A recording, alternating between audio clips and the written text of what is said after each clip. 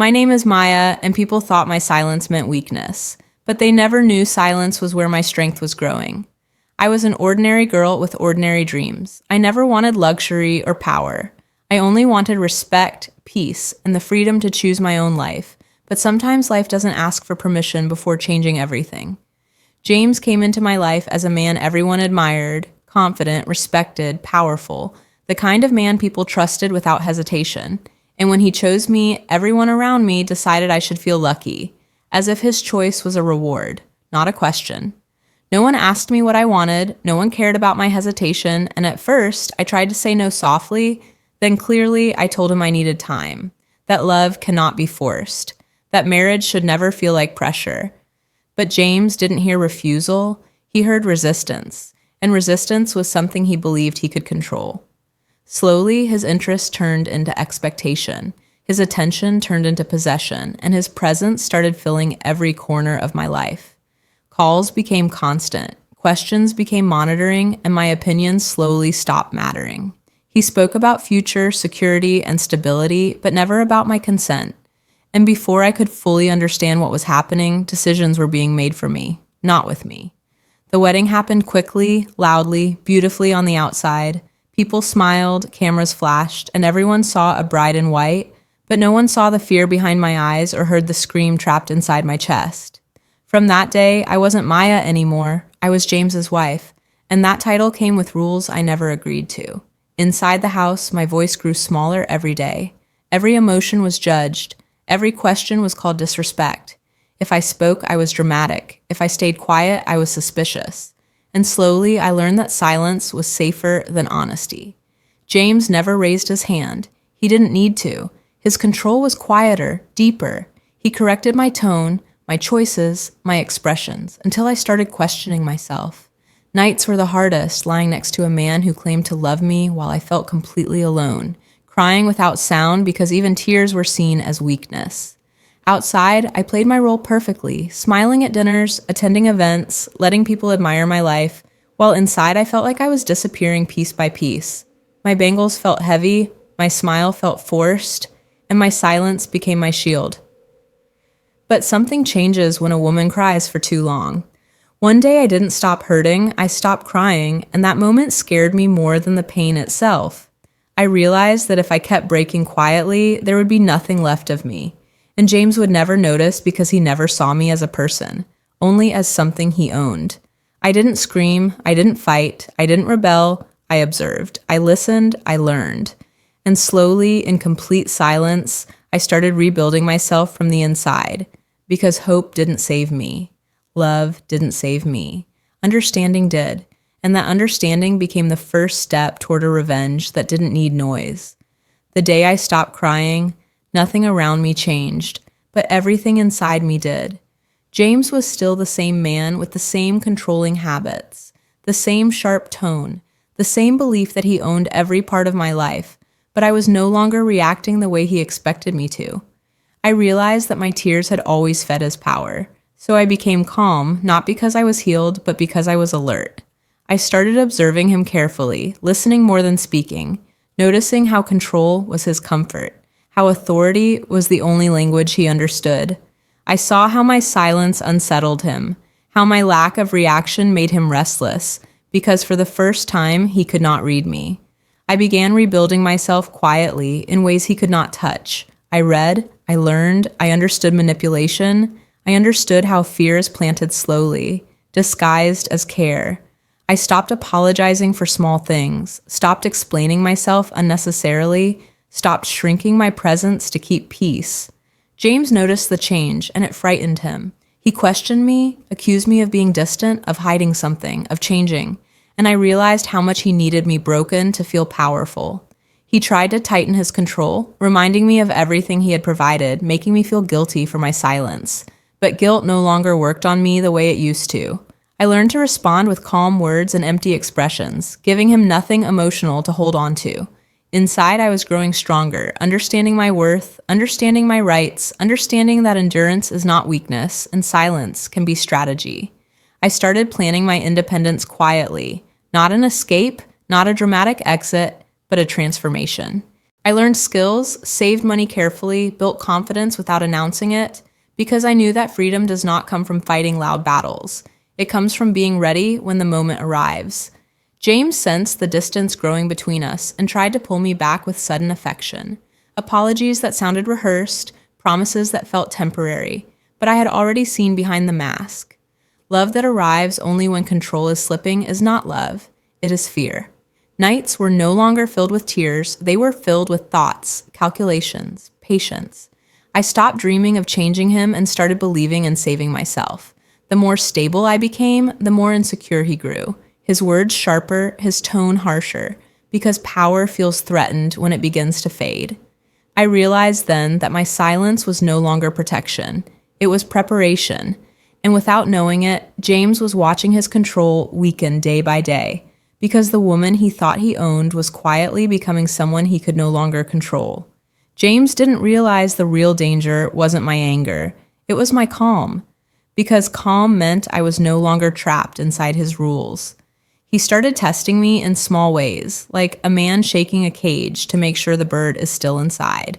He would pick arguments over nothing: my phone, my timing, my tone, the way I looked at him, the way I didn't look at him, and every time he tried to pull a reaction out of me, I gave him the same steady face, the same controlled voice, the same silence that used to be fear but was now discipline.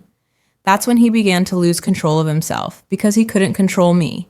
He tried to remind me of the past, of how he saved me, of how he made my life, and I understood that he didn't want a wife. He wanted proof of his power. One evening at a gathering in front of people who always admired him, he made a joke about me that wasn't a joke at all. It was a warning disguised as laughter, and everyone laughed because they thought it was harmless.